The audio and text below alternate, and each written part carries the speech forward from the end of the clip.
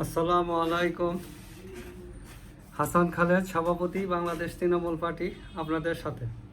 দর্শক শ্রোতা, আপনারা জানেন যে বাংলাদেশ তৃণমূল পার্টি রাজনৈতিক কারণে কোনো গ্রেফতার চায় না, কিন্তু গ্রেফতার যেমন আপন গতিতেই চলছে, গ্রেফতারের আর শেষ নেই। আজকে যে কাজটা হয়েছে এই ঢাকাতে একটা বিস্ফোরক মামলায় যুব মহিলা লীগের এক নেত্রীকে গ্রেফতার করেছে, সাথে তার 1.5 বছর বয়সী বাচ্চা। আচ্ছা, গ্রেফতার করেছে, ভালো কথা। কোর্টেও দেওয়া হয়েছে, কোর্টে জামিন নামঞ্জুর করছে।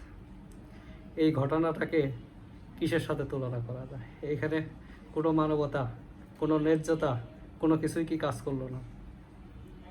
1.5 মাসের বাচ্চা সহ জেলে এখন, জামিন নামঞ্জুর করছে। তো এই অবস্থা, আমরা তো কথা বলতে আছি গ্রেফতার না করার জন্য। আচ্ছা, ধরেন বিস্ফোরক নিয়ে এসে মামলা হয়েছে, বিস্ফোরকের সাথে যে জড়িত ছিল এই করছে, তো তাকে কি বাইরে রেখে বিচার করা যেত না?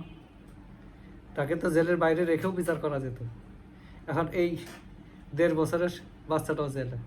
এরকম ঘটনা তো আমাদের ঘটেই আসছে। এই যে আমরা 71 সালে স্বাধীন হয়েছি, এরপরে থেকে তো এই ঘটনাই ঘটতেছে। খালি আমরা জেলেই যাচ্ছি।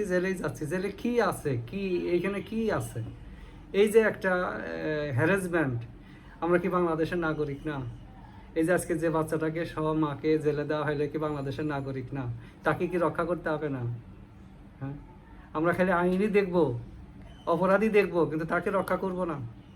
এই যে এই বিচার কি হবে এটা তো আমরা জানি। পলিটিক্যাল বিচারগুলো কি হয়? পলিটিক্যাল বিচারগুলো 2 দিন পরে শেষ হয়ে যায়। তো কাজেই এগুলো বিষয়ে আমাদেরকে খুব সতর্ক হতে হবে। আর যাতে কোনো প্রকার রাজনৈতিক কারণে যাতে কোনো গ্রেফতার না হয়। রাজনীতি যদি সত্যও হয়, তারপরেও তাদেরকে যাতে একমাত্র হত্যাকাণ্ড ছাড়া, সন্ত্রাসী ছাড়া যদি কিছু হয়, তাদেরকে যাতে বাইরে রেখে বিচার করা হয়। এটা বাংলাদেশ তৃণমূল পার্টি চায়। আর যাতে মানুষকে হয়রানি না করা হয়, কষ্ট না দেওয়া হয়। জনগণকে, সরকারের উচিত হবে জনগণকে নিরাপত্তা দেওয়া, জেলে দেওয়া না।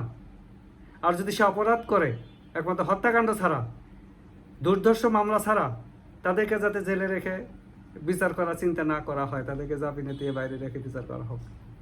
যে যেখানে থাকেন সুস্থ থাকেন, নিরাপদ থাকেন। ধন্যবাদ সবাইকে।